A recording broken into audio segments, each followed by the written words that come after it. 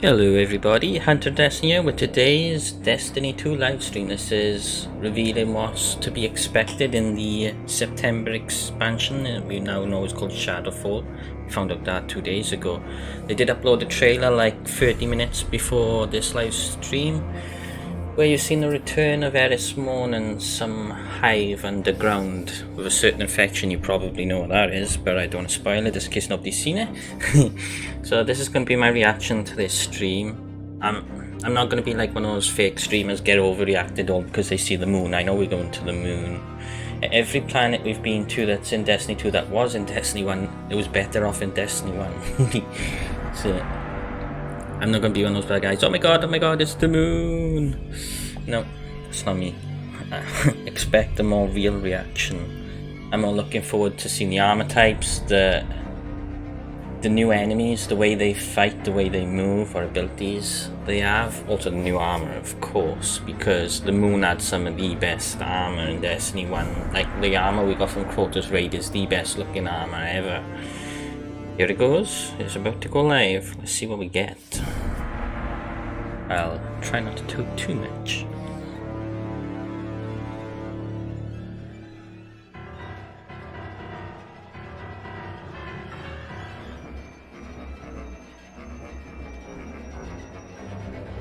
Bungie TV, really?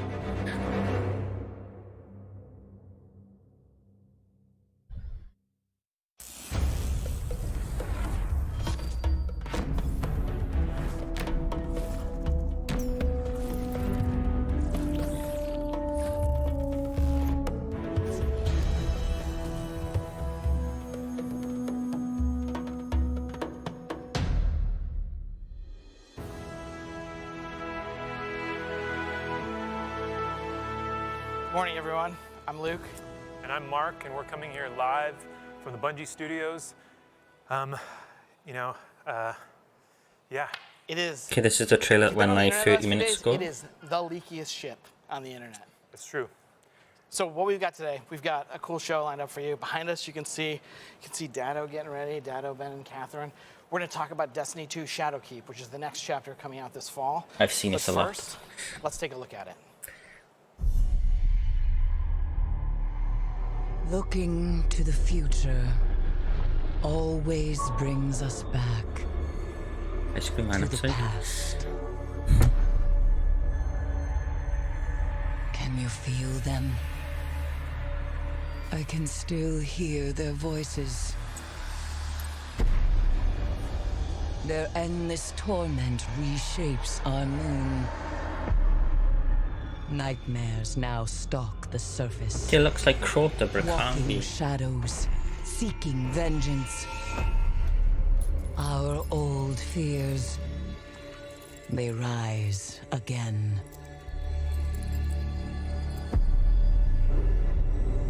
And in the dark below, Look like a mix of Orgas and the something Scorn. wicked has awakened. September 17th, we got a date. We must bring an end to this suffering. One way or another. So the question on everyone's mind, since Bungie's gone truly independent and is in complete control of Destiny's future, we're publishing the game now, we're an independent company, is now what? What's the plan? Where are we headed? So the way that we talk about where we're headed is like the way we've talked about over the years is what's the vision for what we're trying to do. And so the vision for Destiny going forward, the Destiny franchise, is contained in like 3 parts. The first part is being an awesome action MMO. And Yeah, we we've been worried about that term for a long time. We've shied away from using that. MMO. Yeah, because it comes with a lot of baggage. It's like, does that mean it's a subscription game, or you got to play with a mouse and keyboard, or whatever? But like, man, this is one of those things. We're on our own now, and it walks like a duck, quacks like a duck. It's a duck. Like we can accept the fact that this is what the game is. There's like duck emojis out in the chat right now. But like when we say MMO, we don't mean like subscriptions. We don't mean subscriptions. We do mean 2 things. The first part where we're lacking right now, and we've been getting better, Forsaken certainly adds to it, is improving the RPG. Yeah, we really, want deeper build customization for our players and for your characters. You're creating these monster killing machines and you want to make them your own, and we can do a lot more there. And so a bunch of what we're doing this fall is going to be about adding the stats back into the game, RPGing the game more than it was. And D2 launched away, Forsaken improved it, and we think Shadowkeep's going to take that kind of to the next level. The second part about what we mean when we say RPG is really important to us. It's about improving social. Like, this is a place where it can be hard to find grouping, it can be hard to make friends in Destiny, and what we've been saying for years, as we've been like dodging the MMO term, is like it's a game best played with your friends. And so this is one of the things that on the long horizon of the Destiny franchise, like, we have to improve the social game. Yeah, like, and I just want to take a moment to say, this isn't changing anything about the core action game of Destiny. Like, it is so fun and amazing to shoot monsters in their heads, get headshots, and see their souls escaping their body, and you just slip behind cover. Like, at its core, Destiny is an action game. But we're also not afraid to say it's an action MMO, and that's where we're headed. We're taking steps there this year. And so part one of the vision, awesome action MMO. Part two of the vision for Destiny going forward is a single evolving world. And we have been close to the mark in some ways and far off in others. The way we've been close is stuff like what happened in Forsaken, when Raid Team goes into the Dreaming City, they kill Riven, and they launch this Dreaming City cycle that like transforms the world. And we think that's awesome, and we want to do more things like that. When the community gets to come together and discover secrets and solve problems and push the world forward and push that narrative forward, that's when the game really feels like it's not a game, but a real world. Yeah, for people who don't know some of where I came from, in my time in WoW, the Scarab Lord Gates opening event was this moment that brought Stadia a these bit now. communities together. I've never heard of that. It became this awesome I event. didn't know I it think was the going to potential of Google what we're trying Stadia. to do with Destiny Stadia. is create moments like that create bonds between players and let players work together to change the world. The third part of the vision here is play it anywhere. Yeah, we want you to be able to play Destiny anytime, anywhere with your friends. And we're definitely going to take steps here this year. And the first one. Well, I don't know which first you want to do. Like, we're just coming off of the Stadia announcement, which is our partnership with Google. Yeah. So with Stadia, Destiny 2 is coming to Stadia this year, which is going to be awesome because it means you're going to be able to play Destiny anywhere you have a Chrome browser with their controller, and that's going to be just incredible for our community. You're not going to have to lug your PS4 home to your mom's place at Christmas anymore. In case Zura's selling One-Eyed Mask or whatever. That's not a promise. You know who's been talking about this all the time? It's like Scott Taylor, constantly talking about where he's going to play. Can't wait to play on my. It just lists a litany of devices that he wants to play. He wants to play Destiny on. And that story's just cracked wide open with Stadia. So we're super excited about that because it lets you literally play anywhere. So it's a great fit for the vision. And then the next thing, do you want to just jump? It's about we have time. We have like our set list that we're moving through. And so the next thing on the list, there's been a little bit of talk about it over the last 24 hours. Like, maybe you want to talk about cross-save. So yeah, cross-save is coming to Destiny 2 finally. And we're super excited about that. What cross-save is, it is about taking Guardians that you've created and being able to play them on any platform. And that's good, so I can jump straight into Stadia without losing a thing. I'm interested in Stadia. Contrary to maybe what you've heard on the internet, because I just want to be super clear about this, cross-save is coming to all platforms, all of them, PlayStation, Xbox, that's quicker than I PC, thought. and Stadia. And there's some people clapping in the studio. That is, we do not have an applause light. That's just the enthusiasm of the team. So we're super excited about that. And Bungie and Sony are working together to ensure that cross-save is coming to PS4 when Shadowkeep launches. For like years, we would go to do interviews with companies. We'd like dodge this question so many times about like, which platform do you play on? Which platform should you play on? Wherever your friends are. Our answer has always been like, we're gonna like message back to like, the best place to play Destiny is where your friends are. But cross-save makes that statement actually true, because you can go from PC to PS4 and wherever you want to play the game, wherever your group's rating is where you can play. So you've probably seen reports on the internet, and that may be different to this. There's a reason we do these shows live. So it's for the really awkward. Yeah. It's for us like stammering back and forth. So the next thing on our list here, do you want to talk? Let's talk about a new entry point. When we think of anytime, anywhere, that third part of the vision, cross-save, Stadia, those are parts of it. But we have some real barriers to making that totally true and really making that a reality. When Forsaken came out last year, for instance, look in the first-party stores, there's like 9 different versions of the game. You need like some kind of decoder ring to figure out what you're supposed to purchase. It's like just way too confusing to figure out what you're supposed to buy. So the reason, our answer to this like big problem is, what if we just create a free entry point for the game and create a brand new way for players to, well, a brand new-ish way for players to enter the universe. But there's still this problem of, oh gosh, I've got like 40 hours of game to play. I've got to like get through these campaigns, which, you know, are cool, but that's not really the part of the game that matters if you're playing for hardcore reasons. In the Season of Opulence, Menagerie just came out. It's a 6-player match-made activity. It's awesome. I love playing it. But if I'm going to recommend it to a friend who's not playing Destiny, it's like, well, you got to buy this version of the game, then you buy this other version of the game, then you got to play all that. And I'm not going to play with you because you're doing old stuff. And so it's going to take, it becomes hard to recommend. So we need to fix that. So the answer to this problem is New Light, where once you enter New Light, in 10, 15, 20 minutes, you will now arrive at the part of the game that matters. I'm already going to recommend this to a few people I know want to play the game. Gambit, Crucible, etc. This is about crushing the barriers between friends and making it a game where you're like, there's something awesome happening in Destiny. I'm going to go check it out. And New Light's totally free. It's free. You download New Light, create this character. Within 15 minutes, you're playing Gambit with your bros or running around the EDZ and discovering lost sectors. Like, you're having a really fun time. So the other part of this handshake is the way we're thinking about selling the game differently now. We have, for years, had this like, compounded purchase model. Even something like the annual pass, which I think we've learned a bunch from, and we have plans for how we're going to iterate on it over time. It meant that up front you had to spend $35 rather than maybe purchasing things a la carte. And that strategy is a strategy that we're changing now that we That's good. Controlled. Yeah, if you think of New Light like a baseline, they're finally listening. Content kind of like atomic packages that go on top of that. So Destiny 2 Shadowkeep is completely standalone. It's an expansion pack and it's standalone. It's an expand-alone, I guess is what you would call it. You don't need to play Forsaken. You don't need to play Curse of Osiris, Warmind. You don't have to have played Drifter, none of it. You buy it and you jump right in. But we want to do that with Seasons too.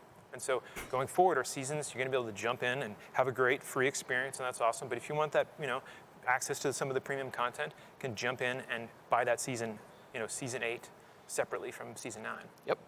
So another part that we have had trouble with over the years is answering questions around things like exclusive content. We have exclusive activities, exclusive weapons, things like this, and those things. No more PlayStation exclusives. Which is that single evolving world. So going forward and beginning this fall, single community of players where everyone can be together, but you're like, well, let's play this strike. Oh, sorry, I don't have that strike on my box. So we want to remove those barriers. And now going forward, there's going to be no more exclusive activity content, no exclusive gameplay things like exotic weapons. We're not doing any of that stuff going forward. Yeah. So there's one more thing that I'm going to share before we're done is that this year, Destiny 2 on PC needs to find a new home. Some would say we need to find an epic partner. Yeah, and so we need to find a new home, and because we're self-publishing Destiny now, and we're truly on our own. And so Destiny 2 is going to be coming to Steam. And this means that anyone currently playing Destiny 2, they're going to be able to come over to Steam, free of charge. They're going to continue their accounts. They're going to continue all their possessions going to move over. Any licenses they had, any DLC, like whatever, it all comes over. And Shadowkeep, the D2 expansion that's coming out this fall, is going to be shipping exclusively on. I didn't realize the mic was blocking my face. It's kind of like when you relocate for a job, and they relocate you, and like a van shows up at your house and loads all your stuff, and then takes it, and you show up at your new house, and it's all there. But this time we're going to unpack it and move you over to Steam. How exactly this is all going to happen? There's going to be a website on BungieNet somewhere that describes it in more detail. But we want the transition to be really seamless for players and a really good experience. So a thing that we want to try to do to wrap all of this up is do the Instagram cut down version of everything we just talked about in 20 seconds. So the vision for Destiny going forward is pretty simple. It's an awesome action MMO in a single evolving world that you can play anywhere. By playing anywhere, that means cross-save across all of our platforms. We have a new platform that we're adding this year, Stadia. We have a new entry point for the game called Destiny 2 New Light, which is free. And everything we add to the game is going to be purchased a la carte going forward. So Shadowkeep, Season 8. Let's say in Season 8 we start to lay the foundation for some changes we want to make to PvP, but it doesn't tempt you to come back yet. Well, maybe in Season 9 we'll have something that's going to make you want to come back for sure. No more exclusives going forward for us in terms of gameplay and armor and weapons. And if you're playing the game on PC, we're moving you to Steam. That's kind of like our, that's like the, that's the They end of always the do set one of list. these at The every one. encore, if we're carrying the music thing forward. Ooh, the is wolf song- from I think it's Destiny more 1. than an encore. Yeah, actually, we are like, we're the opening act. Yeah, they've been watching two dudes talk to you for So good 12 to look minutes or back. whatever. So, the main event is coming up. Dado's behind us getting ready. But first, let's take a look at a new Vidoc called Out of the Shadows.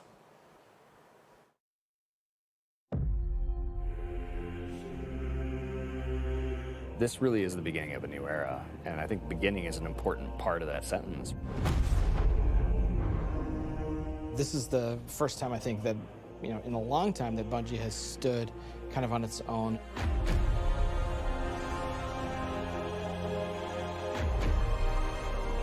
And we're self-publishing. It's a really big deal. There's a huge opportunity here for us to really make our own decisions. It's a turning point for us. We are in charge of our own destiny. It's empowering and terrifying at the same time.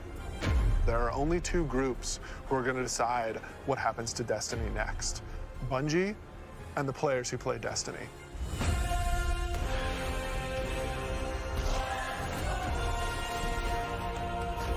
Seaver armor, really good.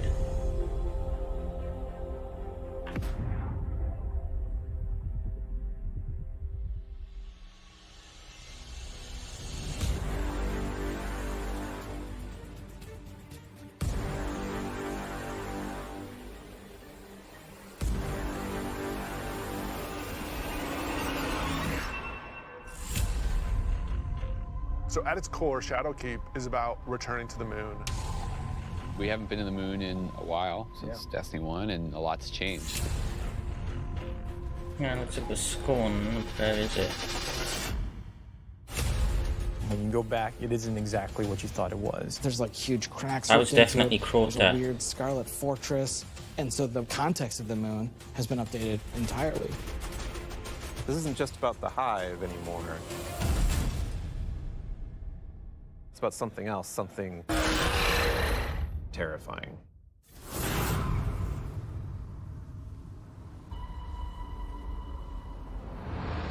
The moon this time around is something really scary that is playing on your fear in a way that hasn't happened before. Before it was, oh, it's a big giant thing and it's scary, but now there's actual some psychological elements to that. How long has it sat in silence, watching us? Much too long. Having Eris Morn come back instantly signals to players the tone shift and change. Gal's back as well, really? Threatening and All our past enemies are coming back. All insufferable! We want to tap into what makes Guardians afraid. What are their worst fears? Shadowkeep refers to the things that Eris unleashed on the solar system. Nightmares are manifestations of a Guardian's past. What if the villains that you thought were well into the ground Okay, actually so where's weren't, and Oryx? they were being resurrected by the darkness?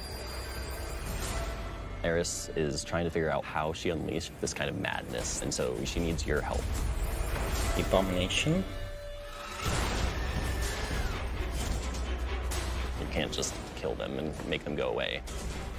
What if you can't do all of the things that you've grown accustomed to doing? Being unable to achieve what you're trying to achieve, no matter how hard you try. It's like your story now is one giant raid, it looks like. We killed Crota, we killed Oryx. Like, no big deal, right? Well, you're going to get there and you discover it's a bigger deal than you even thought it could be. The darkness is actually a lot closer than you realize. Now you know my suffering.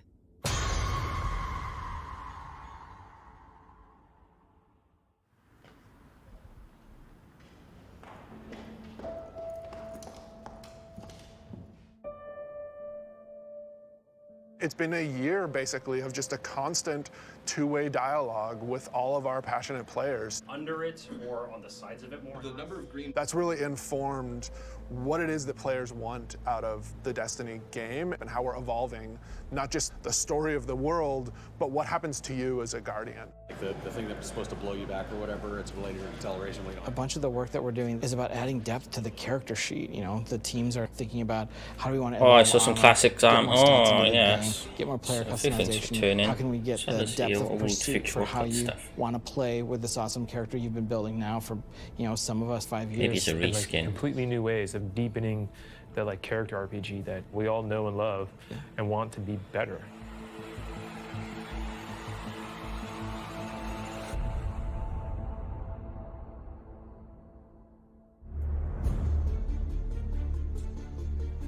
What? In Shadowkeep, we are all fundamentally of this evolving pension the olga. systems and moving the world forward. You want to bring some of that sci-fi element back to it, where it's like, some like panels or exactly. something. We've been dancing this line between, like, are we RPG enough? Are we not RPG enough? And now we're like, you know what? Screw it. Let's just go all in and just say, like, hey, let's give players what they want. Allow them to kind of like customize the players and their habits and their game modes and all that stuff as much as they want to. So in Shadowkeep, what we're doing is changing the way that armor, perks, good. and mods work pretty significantly. Right now in the game, if you have an armor set that you like the look of, but you have another armor set that you like the way it plays, you're probably going to pick the one that you like the way it plays. Artifacts are coming back. Armor 2.0 is focused on allowing you to Better take the improved mods as that well. you've unlocked and apply them to any given piece of armor. When I move my cursor over one of these mod sockets, it immediately shows me all of the mods that are available to me. Personally, I'm excited about the artifact. Players just get to kind of like fidget with these knobs and switches and do all the things that they want to do. When you get to this last So that's why the tier, Warlock each of these punched perks okay. gets relatively close to what an exotic might feel like. That's going to be a lot of fun. Going to be a lot of Oh fun. my god, that's awesome.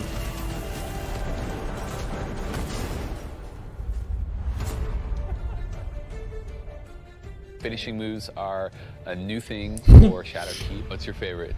I mean, there's some crazy ones. For the hunter, this awesome flourish where he actually does like Looks so good. in front of him, has 2 knives, and then just hits. I was like, what the heck? Like, what game is this? In game is the game. Yeah, Titan finisher. He jumps in the air, pulls back, looks at his fist, and It's kind of like the dunk. There's so many different ways to dunk. You can behind the back, 360, cartwheel, whatever.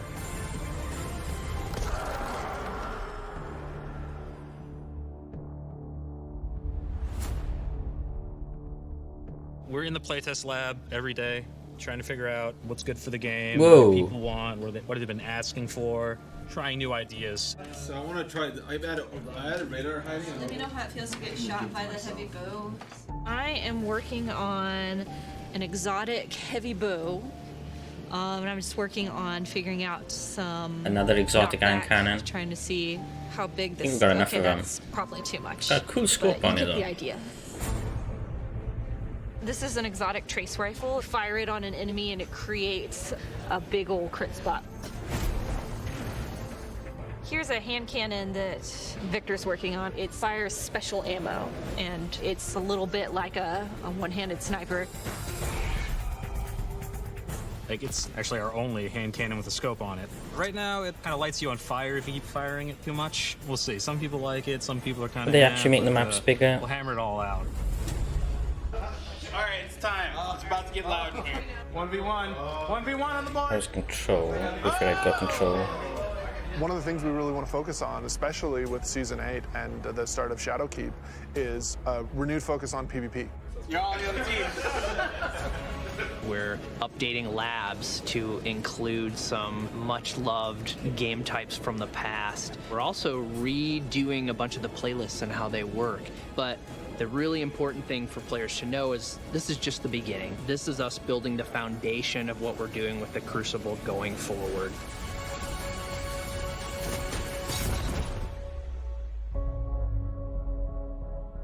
Previously, you would have a 20, 40, 60-hour climb before you could do what's considered in-game content. And now you can pretty much do that immediately. We want you to feel like you are in the end game. Can we go back to the moment Black you step Garden on then? the planet. About time it got reused. It was such a big area, nothing came Following of after it. Guardian and becoming more powerful, overcoming dungeons, overcoming raids. For the raid, we had multiple destinations that we were considering, and Black Garden was like immediately top of the list. And everyone was like, yes, and I was like, yes, that's what I wanted. Look at that. Devil looking.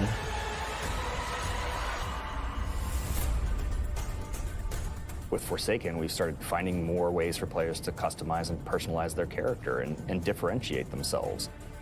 Shadowkeep's going to push even further in that direction. The word, which is really guiding us in a bunch of ways, is depth.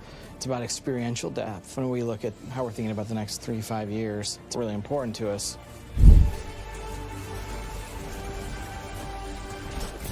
I like the design on the Have a game flowers. that you can Oh, it's a invest in lot with your friends, better. tweak your monster killing machine and make it 2% better every weekend, doing different things and figuring out how to craft this perfect build that you feel like is your own. Like, that is cool. There's nothing nerdy about it. We're like happy to own that. We're gonna stand on that corner.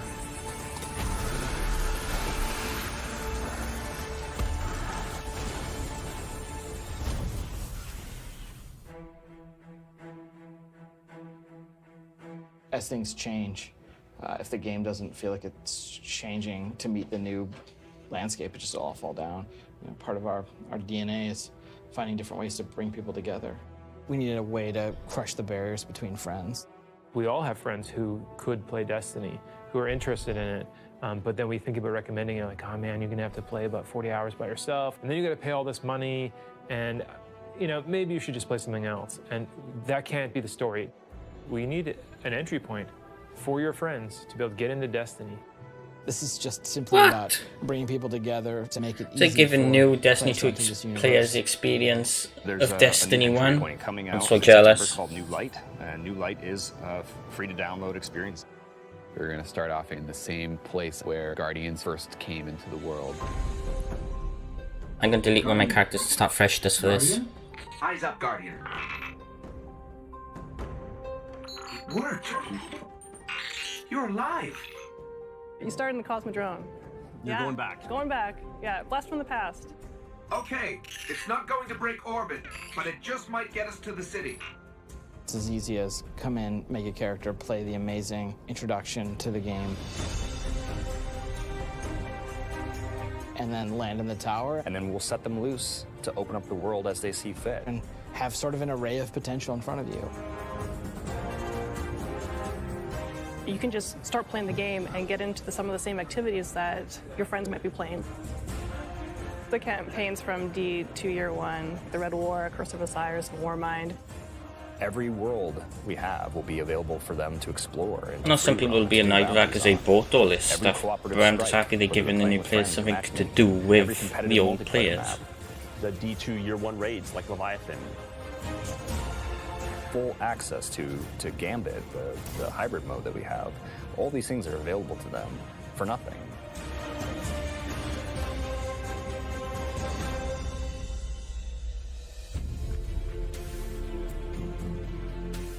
We've always said that Destiny is best when you play it with your friends, and we're trying to make it easier. So if your friends who are playing Destiny are on different platforms, we're adding cross-saves so that you can move between the different platforms and play wherever your friends are. Like if I'm playing and I want to move over to my PC, I should have my character go with me. We want Destiny to meet you wherever you want to play, so that's incredibly important for us.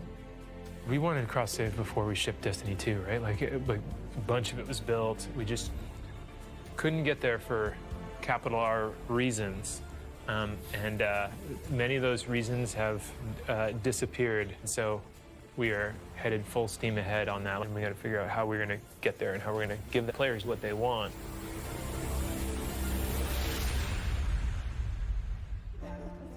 As culture as we can get. Thanks, buddy. Our original vision for Destiny was a world that would evolve and change. That was We're a leaning cult of really Dreaming hard into that Souls. because we believe that's where the future of Destiny is. The long horizon for Destiny is to become an evolving world. You know, you're going to tune in to see what's going to happen next.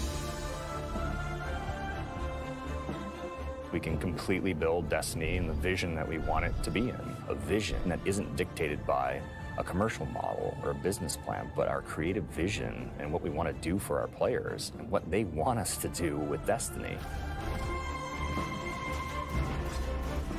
That's so cool. I feel like our work isn't done. Hunter one's not We as have a series of impressive, missions but that we it need to does really finish look before I think cool. we It's have something Destiny in a place new that for it us needs to do. be, and we're back to, I guess, finish the fight, so to speak.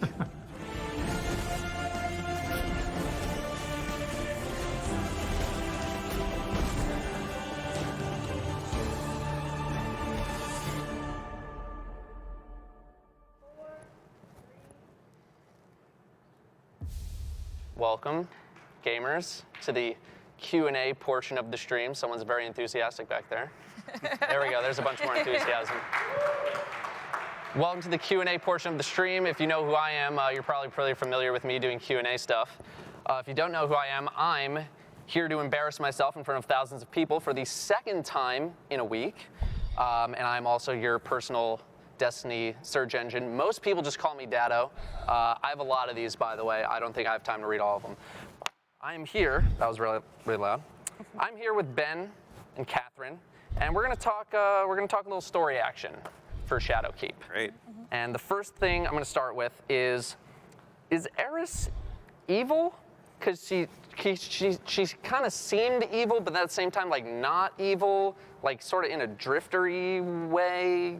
So Talk to me. Eris is definitely not your sterling like character like Zavala or Cora. She's more complicated. She's been through a lot, and she's this enigmatic, like mysterious character with tons of power. It's always on the edge of every new threat that's coming, and so she's decidedly not evil. I can say that pretty firmly. And what she is the one who's going to take us into a new threat and a new place that we have to actually investigate. Because she's come back. She's been gone for a long time. And there's been a lot of parts of the Eris story that we've gotten hints at. You know, we've seen lore books. We've gotten, like, seen what she did after the tower blew up. We knew that she went off. We know that she's worked with Marisov for a long time. And well, all those journeys that she's done have brought her back to the moon. A moon that we thought we had, like, left behind, that we had killed the threats there. Well, she's discovered something even darker in the dark below. The dark below. I see what you did there. Trying. Dark below. Dark below. Didn't drop my pen. Speaking of Marisov and all that, I'll pose this question to you. Is this connected to any of the events of Forsaken? Is this connected tomorrow? Are we going to see any sort of link between the two? We aren't talking about Mara specifically in Shadowkeep. Okay.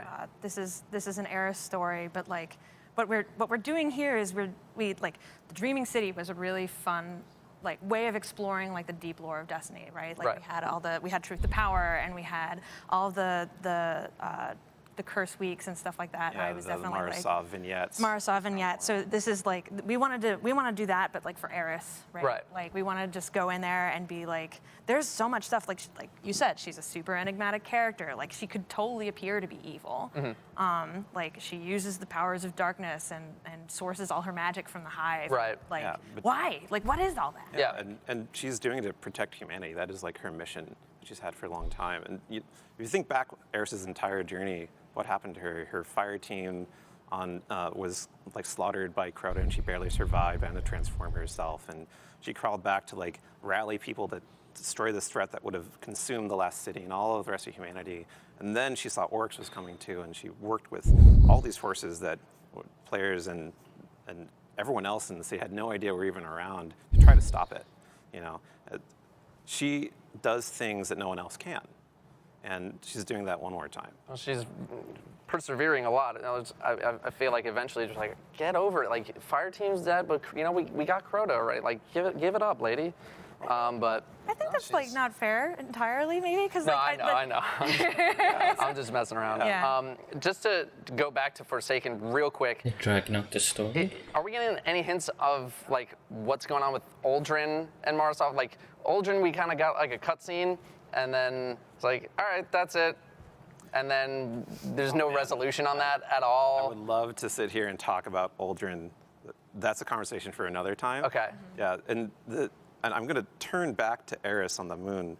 because I'm just super excited by what we're actually going to expose. It's not just what Eris is doing there right now. It's not just about this new threat. It's not just about nightmares, which are now infesting our moon. It's about the history there, and it's about what's changed since you were last there.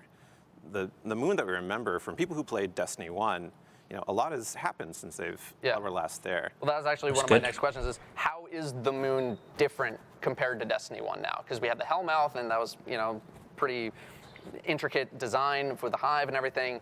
How is that changing in Shadowkeep? Because a lot of people are going to say, we've already been to the moon. Well, it's twice as big as the moon you remember. Yeah. Twice as big. Twice as big. And as you might see, there's a giant red citadel now. Yeah. Looming threats.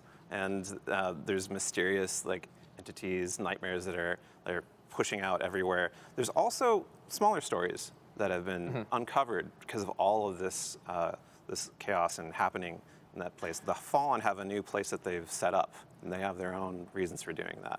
The cracks have divided places you've been before, and they're going to change how you play and you sparrow through them. And you're going to discover old stories from who knows how long ago with characters that you remember, and they're going to expose more of what actually is coming in the future. Are we going to see any potential new characters popping in? Maybe? Well, there's one of my favorite characters. I'm not going to say it though because it's spoilers. Okay, fine. I'm not going to tell you that. That's fine. There's a ton of what this character does, and I read through all the scripts and I thought it was really awesome. Okay, then all right. Consider me intrigued. I guess one of the final questions I have is why this storyline as opposed to any other storyline that you guys might have considered? So we have internally, Bungie is a lot like the players in that we're always talking about Destiny as fans, because we are fans of our own game.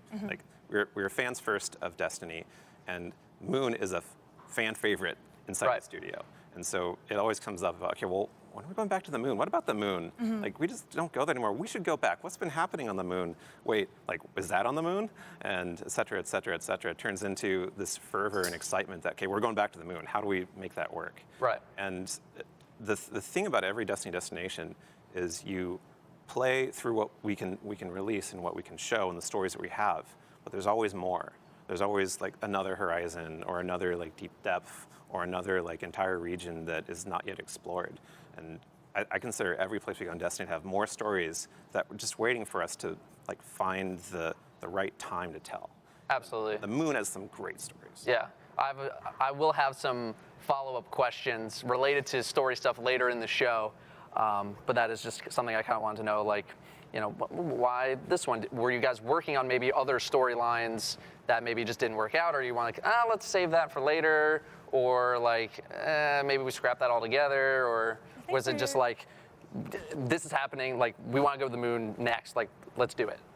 It's mostly that. Yeah, I think the passion comes first. The passion comes first. I think we're constantly thinking, as he said, we're all players of this game, and we're all oh man, yeah, what is happening on the moon, and what is happening to all these stories that we've been exploring for a while, and it's just something. It's whatever is most exciting to us at any given time. And I think it's a relatable feeling that we're going after too. I mean, the moon is a place that was very dear to a lot of players' hearts, but it's also new to a lot of other players. And so I consider it you take your best friend back to your hometown. You haven't been there in 5 years, and it's changed.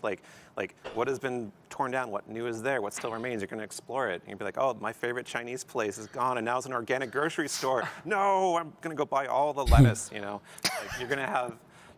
There's going to be these moments where you're going to rediscover everything, and it's going to have meaning for you, and then it's going to have meaning for your friend in different ways. And I think it's also really exciting on top of New Light too, right? Because the moon was the big destination in old D1, and you're just okay, yes, we're going there, or I'm going to bring all my friends there. I can bring anyone there. I was even calling New Light First Light for a while, and First Light was the big moon map. Right, exactly. Even, so, You may get a little look at First Light. Just a little bit when you're running around the moon. I look forward to it. Big nostalgia factor. All right, do you guys have anything else to add before we transition here? One thing, so yeah, it's given us something to do every week anyway. The thing that I really loved about Dreaming City as someone who played it at home was going to the vignettes.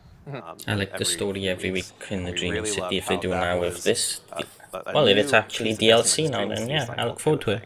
And how you play it, and we're trying to instill those lessons into Shadowkeep as well. Gotcha. So look for cool lore drops like that over time, similarly to Dreaming City. Cool.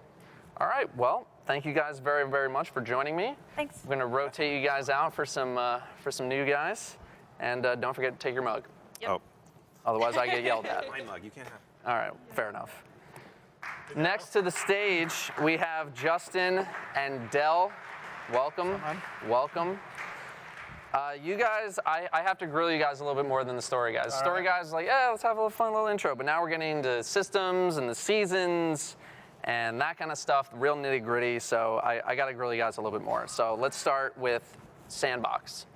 Sandbox changes have been limited to approximately once per season. To many people, they think these need to happen a little more frequently. Are there any plans to change that?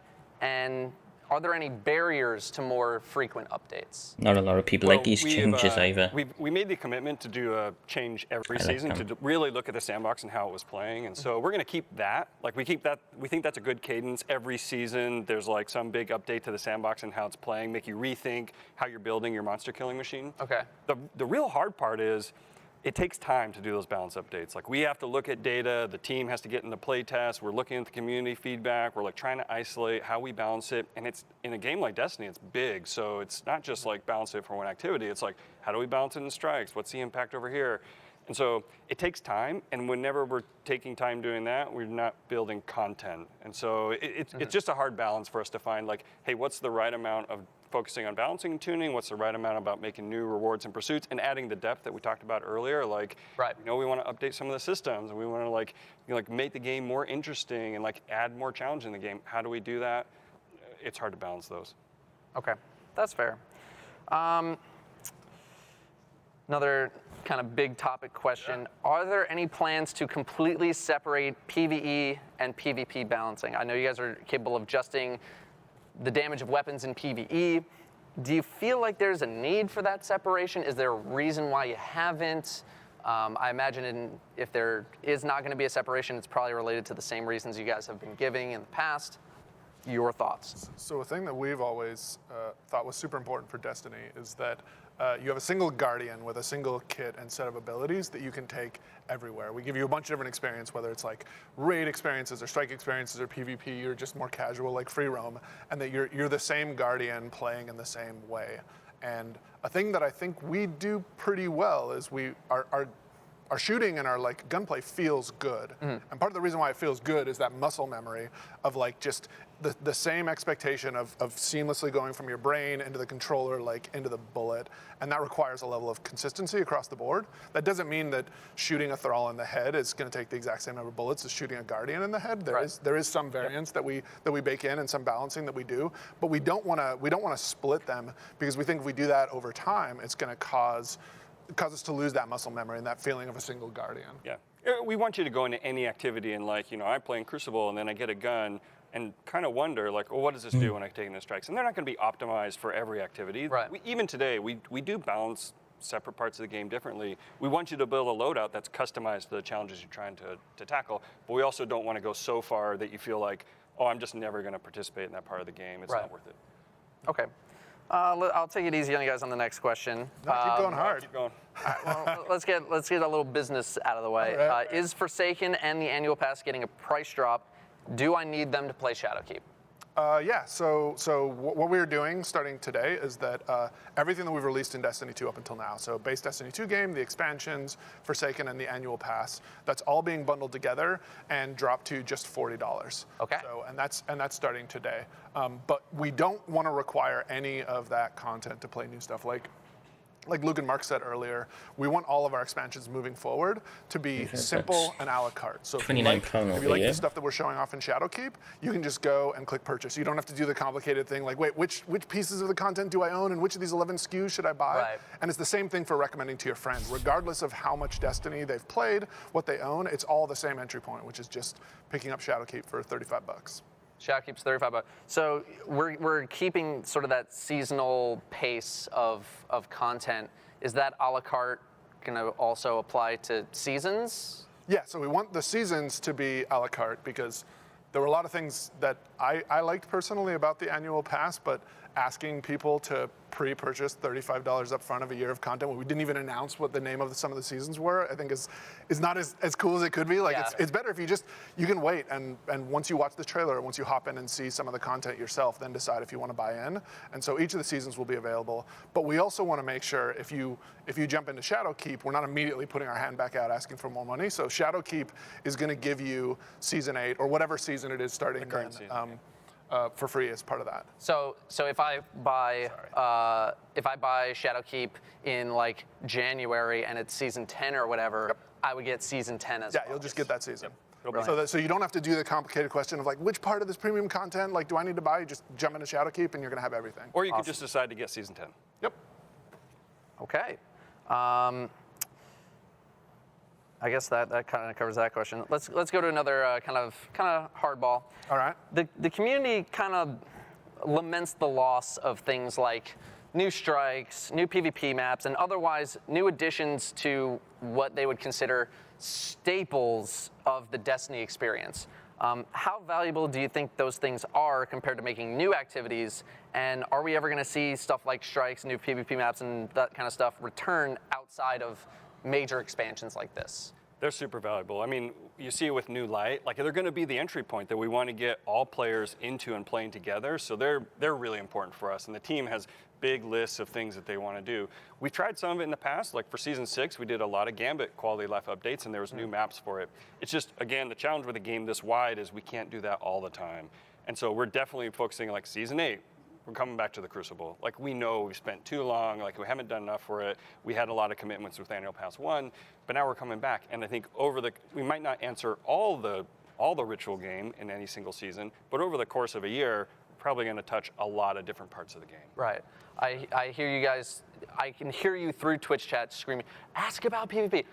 The question, it's here. It's for a different person, but it's here. Don't worry, I got you guys. Yeah, and another thing I want to say there is like we tried to change up the formula with Annual Pass and with the seasonal model over the last year, where if you remember before when we did DLCs, we would put a little bit of every single type of content into each one of the drops, but then that meant the whole team was working for months or years on just that, and there would be a long drought of content. And what we're trying to do now is every couple weeks, every single month, we're releasing something and keeping the world continuously evolving, but that means that we can't release everything at the same time. And so we've tried to revolve around and touch different parts of the content, but yeah, and for example, like I think we underserved PvP in the last year. That was a mistake with how we planned out the Annual Pass, and we're going to correct that starting in season 8, and then we want to walk around and touch all the other pieces of content. Yeah.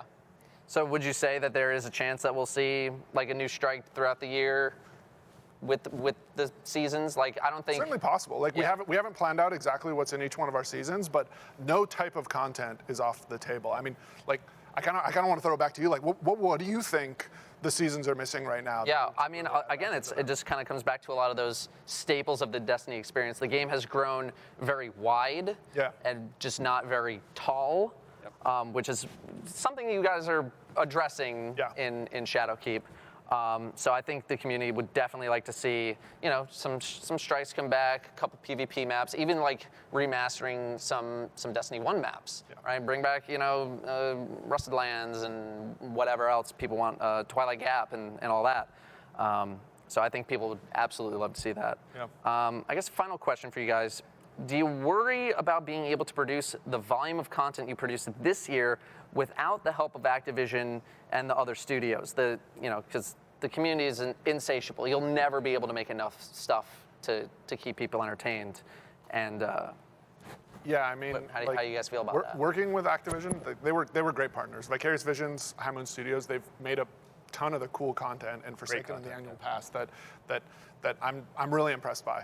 A thing that we did though was we knew that this was going to end at the end of the Annual Pass. So what we've been working on for the last year is reconfiguring the team to make sure that we're in a place where the set of content expectations that we've set for players, we can continue delivering on every single season. So I feel confident that we can keep delivering a season's worth of content that Destiny players have come to expect every single season moving forward when it's just us. Yep.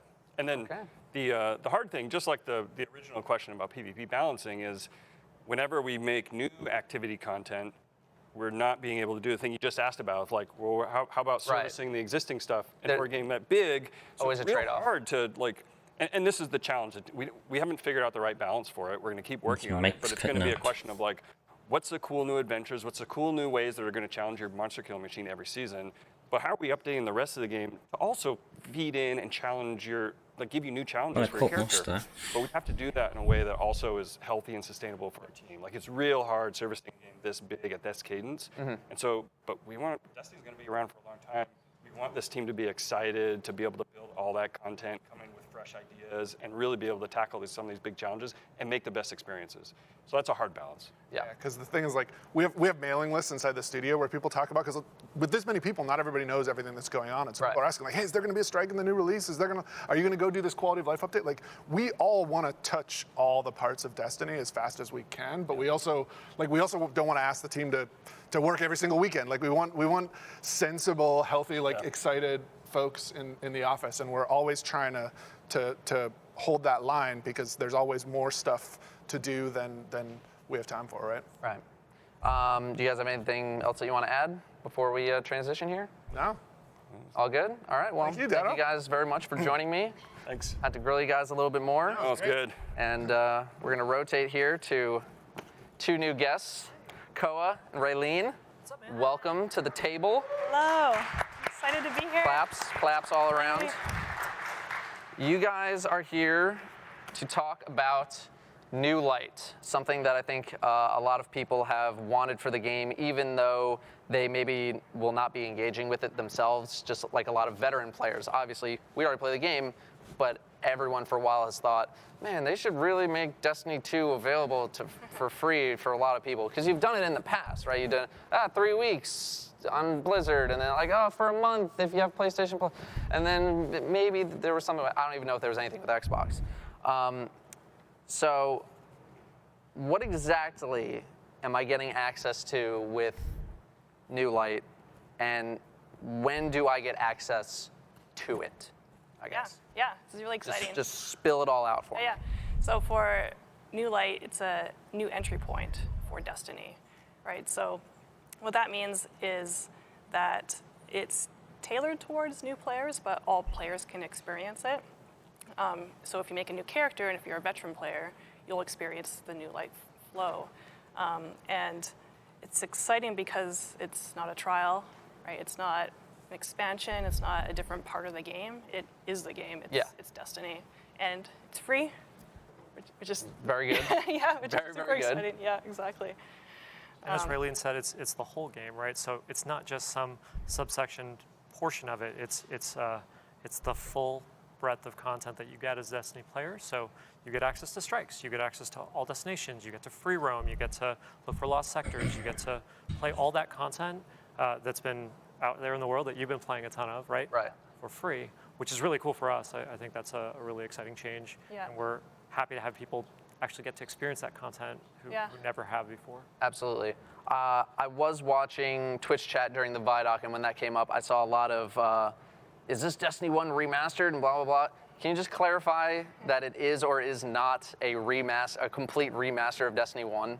No, it is not a remaster. It is not a remaster. It is not a remaster. No. It is like the first mission is, I guess, remastered. Yeah.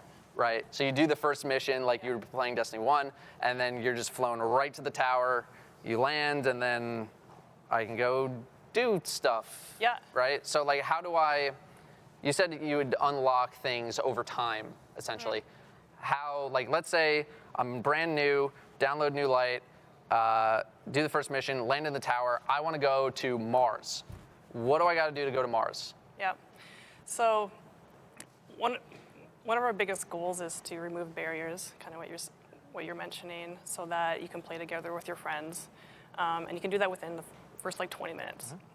So once you land in the tower, as you're saying, the first, I guess maybe I'll dive back a little bit. For the Cosmodrome mission, it's about 15 minutes or so, and you'll learn the basic, elements of Destiny, how to shoot your gun and that kind of thing. But once you get into the tower, you can start playing strikes, you can start playing Crucible, you can start playing Gambit, and for the destinations, we're we have a system that we're building that will unlock destinations over time, but it's not going to be very, very long, right? One of our goals there is so that the world doesn't feel so overwhelming, right? So it's not we're not trying to like lock content. We're trying to make it ease players into our world. Right. Yeah. Yeah, I imagine it could be very Probably like daunting. complete just two loading public the tower, events you have bringing up your access map to on again, a it's like, planet. oh, there's 17 things here. Yeah, exactly. What do I do? Yeah. Yeah, So the thing you were talking about there, where how do you get to Mars, right? You start after you do the Cosmo mission, you go to Tower, and you have access to EDZ. You play that for a little bit. We haven't tuned exactly how long you'll play, but it's probably not very long. And then you'll start, as you complete bounties and other activities, you'll quickly unlock other destinations. So you'll probably be in Mars in like a couple hours. Okay. So what kind of stuff am I getting with New Light? Like, can I go play the original Destiny 2 campaign? Yes. Yes. Can I play Curse of Osiris? Yes. Yes. Warmind? Yes. Easy. It's an easy question. So, okay. So go, yeah. Yeah. You can play all those campaign content if you want to. For us, we're making it optional, right? So back to the barriers kind of thing. We want, if you choose to play with your friends right away, right? And if you want to go experience the campaigns of the past, you can go ahead and play that as well, right? Okay. Yeah. Even like Leviathan? Leviathan Raid, yeah. Yeah. Yep. Leviathan. Okay. What about Forsaken then? Can I go to like Dreaming City and Tangled Shore? Like, what's the limits on Forsaken? So that's a little bit different. As far as Tangled Shore and Dreaming City, you can go there. We actually want you to be able to explore all destinations. So we mentioned that you'll unlock destinations over time. You'll see that Dreaming City, Tangled Shore, and actually the Moon as well. Oh wow! Okay. Shadowkeep, and you'll see all the destinations. You'll be able to play all that stuff. And what will happen is we're giving you all of that access. But then if you wanted to, like say you play Shadowkeep and you really liked the raid content, you really enjoyed the way that feels with your friends, or you really like story missions, if you want to go back and play the Forsaken story campaign or any of the Forsaken raids, like Last Wish or the dungeons in Forsaken as well, then the Forsaken package is available to buy, and that's a separate thing. Okay. But all the destinations are available to you at all times. So basically, if I want to go play like the meaty stuff of Forsaken, like the raids, the dungeon, the campaign, exotic quests, things like that, things that are the beefy stuff, I would need to go buy Forsaken. But I don't need Forsaken to go play Shadowkeep. Correct. Okay.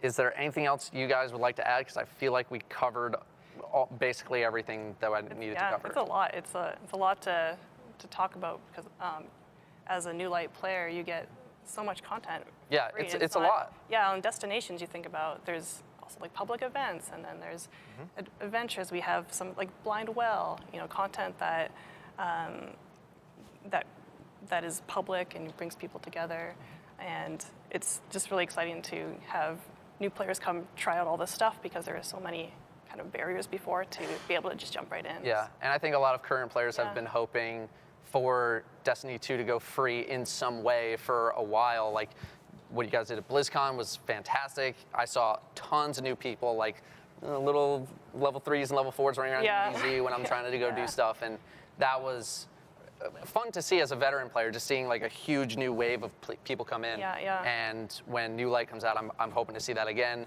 And just knowing how much stuff they get access to as well is pretty. Me too. My friends, inspiring. like anecdotally, like, oh, I want to play, Destiny. Probably level but 10. what do I have to do to catch up to you? So. Oh, one more question. What level do I start at? So, sorry, let me clarify. Yeah. You have your character level, and then you have power level. Correct. Yeah. What character level do I start at? What power level do I start at? Yeah. So right now we're tuning this back and forth, so it could change, but so it's we're trying hard to get to 750 and power level 750. New players again for free. That's where you start at. So basically the cap as of today. yeah. Okay. As of right now. As totally. Of development. Yeah, but our goal is that so that you can jump right in and play the most current content. Yes. Right. That is the main goal there. Yep. Yeah, that's good. No, that's sort of related to the boost that people can do for the beginning of the season, which I thought was also a very good idea. Helps he looks happy, doesn't he? It's all platforms. All platforms. All platforms. Perfect. If you guys have nothing else to add, I think that'll do it. Sweet, man. Sweet. All right. Good. Yeah. Thank you. All right. Thanks so Thank much. you very much for joining Good me. talking to you. Thank you. And we have our last guest here. Hey, bud. All right. I got some zingers for you. All right. I got some hardball ones. You know, we can get to this. I want to talk to you for a few minutes. Okay. First. You've had a pretty eventful week, dude. Eventful is one way to put it. Yeah. So first, I know I want to talk to you a little bit about the raid, but I want to talk to you about the weekend before. Okay. Because so you're battling throat infection. This was like Yeah, the raid was it's like been your fun. flu game, your Michael Jordan flu game. Yeah. By the way, shout out to Be Bold. Congrats on the world first. Carolina Gamer. What's up, man? Esoteric. So so walk me through it. I've watched it. I was actually in your channel watching as it all went down. Like, just give me a little bit of like, you've had a couple days to process it now. Like, Yeah, no, I mean, I'm happy where we placed. We found out that it was actually the closest between first and second in the history of Destiny. And I'm very happy with New where we raid placed coming and in everything. September as well, then. But man, like, you got all these silvers and bronzes, and it's like, yeah, but a gold one would be nice. Yeah. One day to put on the mantle. Yeah. So, yeah, we'll try next time. I think we got a really solid squad. You'll have another chance this fall. Yeah. All right, let's do it. All right, let's get some hardball questions. Why did you decide to partner with Google Stadia? Because I assume the relationship's a little different compared to Activision, but I think many assumed that after you guys got away from Activision, you'd really go on your own. Is Stadia going to have a significant impact on development of the game? Anything like that? There's a couple types of development. There's the the first thing, why Google? Like, it's that vision that I laid out at the top with Mark. You know, the awesome action MMO, single evolving world that you can play anywhere, and Stadia is a step in delivering the play it anywhere step. The next thing about impacting development, creatively, it's not going to change our creative. Like, from the beginning, we've tried to make Destiny a game where it's like one executable. Like, we're not making exclusives anymore going forward. Yeah. But development-wise, there's an impact because we've taken a bunch of our talented engineering team to like stand up Stadia this year. So like, there's always trade-offs that you're making. Mm-hmm. But we think it's an awesome partnership. All right. For the first time ever, you guys used the word MMO to describe Destiny. And is it really the first time? The first time that I can remember. Publicly. At least publicly. Because I can remember dating back to an interview that Adam Sessler did with Destiny, and he said like they very actively avoided the word MMO. Yeah. And so I was very surprised to hear that. MMO to a lot of people is scary. You know, it's a lot of grinding, management, education. Why the We got some of those things in the game right now. Yeah. There's some grinding, some education, some management. There's definitely some, but why the change, and what are you doing to make sure that Destiny still keeps its identity while also expanding upon the systems that MMO or RPG players have come to want? You know, Johnny Two Sticks is like, I just want to shoot aliens. Like, miss me with the spreadsheets, right? So yeah, so we're gonna preserve like the core action game for Destiny, like the Johnny or Jane Two Sticks comparison you're using. Like, we're always gonna be an awesome kinetic action game. Like, this is one of the things that's just like cultural here. Like, we have an awesome sandbox team. We've had an amazing group of folks who have built a rad action game. For us, the MMO language isn't about some of the baggage that comes with it. It's not about the like subscription side of things. It's really more about how does it point the way to where we need to go, which is that deeper character customization, a phrase that we've used here a fair bit over the last years. We want to get more depth on the character sheet. Like, when we look at the character sheet, even post the Forsaken changes, the character sheet still just doesn't have enough depth on it. And at different points in the franchise's history, like we're coming up on year 6, it had more. Like, when people were chasing, tier 12 or whatever and taking King in Rise of Iron time frame, and those are the types of things that we want to start with and bring back. But we think the future over the long horizon is much brighter than just that. Yeah. And so then the next part of it is really the social fabric, and we haven't built the right things yet for the social fabric for the game, and we want to make it easier for players to play together, get into activities. There are all kinds of checks that I could like sit here and write that we haven't committed to yet, but improving the social game is a check that we're gonna fix over time. And I just want to like remind folks that when we talk about things like vision, we're not necessarily just talking about like, and all of this is coming this fall. Right. We're really trying to, now that we can have that like open dialogue with, here's where Destiny's going over time. Like, here's where we're going on the long arc of the Destiny franchise. Yeah. Well, speaking of the long arc of the Destiny franchise, are we going somewhere with this story? Because we started it already in like a very obscure, like, what did we just do in the Black Garden? Like, what? Okay. And then like, okay, now the Oryx storyline, and then the Riven storyline, and then this storyline, and then this one, and we have 18 different branches that all seem like they're doing their own thing. It seems like we're just living in the world of Destiny and maybe not experiencing like an overall story. Like, is this all getting tied together? It feels a bit too much like life rather than an arc. It's like, where are we going? So we've talked about this a bunch internally. Like, we have over the years had kind of like different monster of the weeks is how we described it. You know, Dark Below to Dark Below, Crota, Oryx. That was all just like a monster of the week story. What we're doing this fall with Shadowkeep is, you know, we did put some arrows into flight at the end of Destiny 2. Mm-hmm. Shadowkeep is the next chapter in that like broader universe story. Like we are going to be, you know, peeling back some of these layers over time. The thing that we're trying to make sure we do, and we haven't always done our best work with this, is feel like the universe is going somewhere. Like, people want to feel like what they're doing matters, and that it's heading toward, I don't want to say a resolution or an ending, because I don't think Destiny's heading toward an ending, but heading somewhere where there's going to be change. Right, yeah. Just somewhere where we feel like, oh, okay, this is where that's all going down. This used to be on my list. It is removed, but I'm going to ask it anyway. Trials? Question mark? So the thing we talked about up front is, I'm glad you asked. I think that if you didn't ask about trials, that would have been bad for us. And really bad for you, because if you don't ask the questions that your community wants to know. Because PvP for the last year has been, here's a new comp weapon that's just been easier to get, and comp is pretty bare bones, and PvP has been, or has felt neglected over the past year, and I gotta ask about trials. Yeah, so what we're doing in Season 8 is we are looking at the playlist structure, and we're gonna make changes to the playlist structure, and we're gonna talk about a bunch of that later this summer. The like crappy metaphor for the way I'm thinking about this is, we have like some additions we want to make to the house, but first we've got to like look at the house and repair the foundation, and we've got like work to do and maintenance to do, and we have to do more upkeep and than we've been doing for sure. I think that a bunch of when I watched the raid this week, I saw the comp weapons getting a lot of play, so they are certainly motivating acquisition, and they're delivering a power fantasy. I think those things have been pretty cool, and I know that I know people love trials. I certainly love trials. There was a debate as to whether or not I should wear one of my now defunct Lighthouse Tours shirts from my friends over at Lab. And I think it's the type of thing that we love it. I didn't think trials would return in Destiny 2 really, so may not be for another 2 years. Do with Destiny going forward, like the total plan, aside from the vision, is we want it to be the ultimate version of the game over time, and that's kind of where we're heading. Okay, but when is it coming out?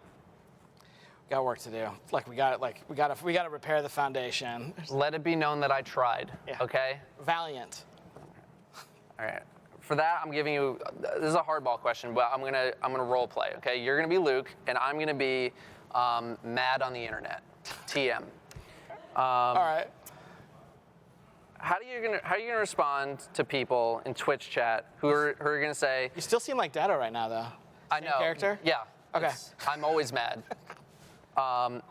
You guys are reusing old assets to refresh the game under a major expansion. We already been to the moon. Forsaken had Dreaming City. Tangled Shore, Dreaming City was crazy, and they had the Scorn, and then Taken King had the Taken, and we went to the Dreadnought, and now we're going back to the moon, and we're fighting Hive. Like, what do you say to those people? Recycled content, by the way. So what do you say to them? I know that you talked to Ben and Catherine earlier, and I don't remember if they exactly talked about, like, when we take something like a planet and bring it back, like the moon, we're going to update it to the latest context and change the world. And there's a bunch of like cool Easter eggs and stuff and Out of the Shadows for people.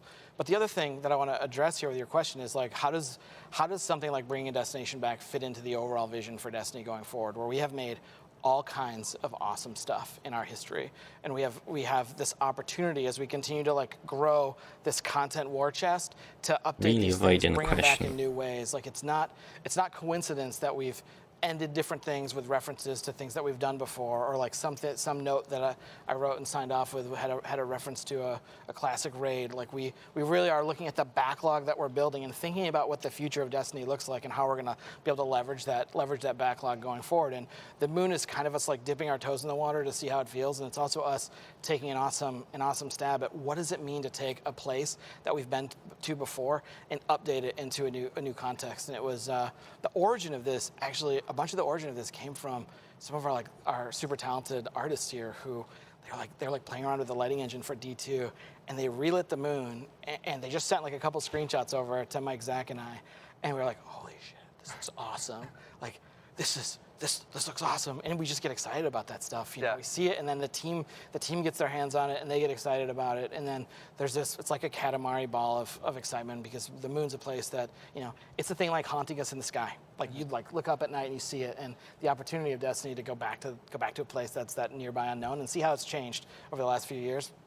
We think it's gonna be awesome. All right. I got one more question. I This is assume you're going to amazing be asked question, this so at I E3 asked anyway, it. so I'm just going to ask it anyway. Destiny 3, what are we doing? Are we, because I think some people are surprised that Destiny 3 is not coming this time around.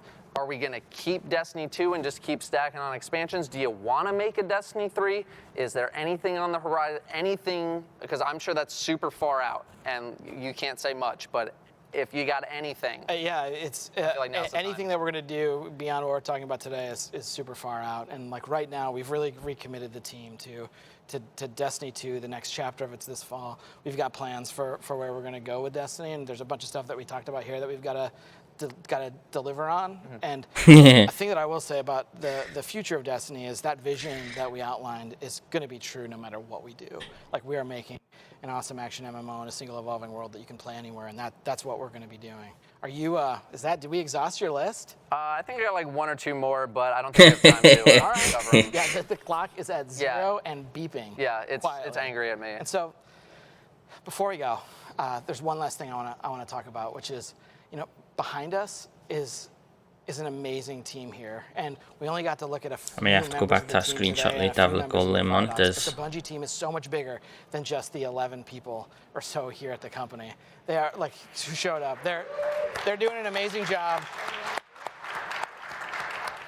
They're doing an amazing job, and you know they're working so hard, and everyone here loves the game, and we're trying to make the best game that we can. And so this is I the just same wanna trail make sure again. we So acknowledge yeah, the team real quick. what do you think, I wanna thank everybody? everyone for tuning in. Thank you so much for taking I'm time actually out of looking your day to forward spend to it with us. this new DLC. They're actually saying it is a DLC. It's not just a little content drop like what we've had in the annual Before we pass. go, we're going to take one last look at the The trailer for moon, Shadowkeep. most of it looks the same. They did say we got this new area in the moon. It's supposed to be twice as big as the original moon in Destiny 1.